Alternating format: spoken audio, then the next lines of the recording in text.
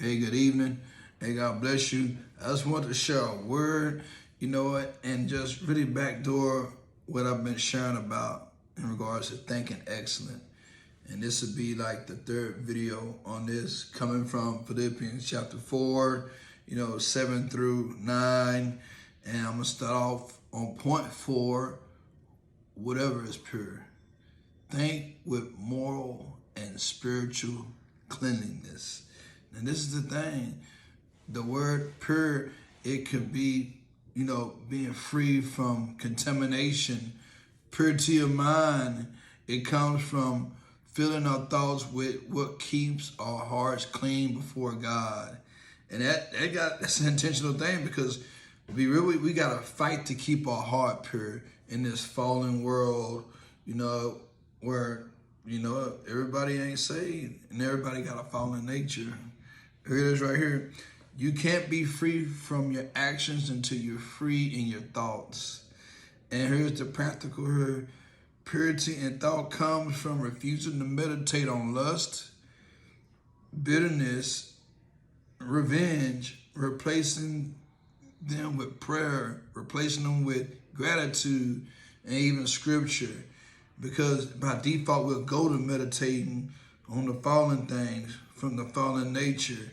And it still can feel good to, to meditate on, whatever that brings us to depression or place of bitterness and revenge.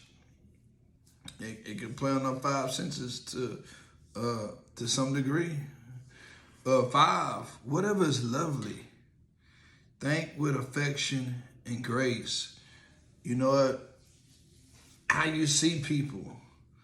This is the thing. Whatever is lovely, we got to think what's pleasing to God and what's lovely.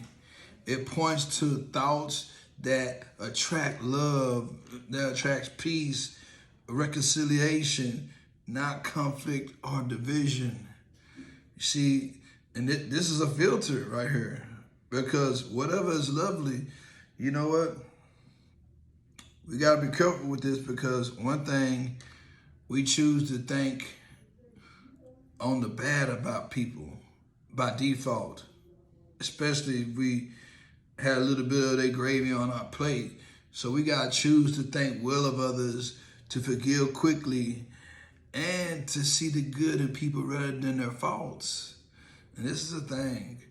The Christian who fills their heart and their mind with God's love will broadcast love, and lovely thoughts will produce lovely lives, where, we having this filter that allowing what's in our heart to be projected through, our life.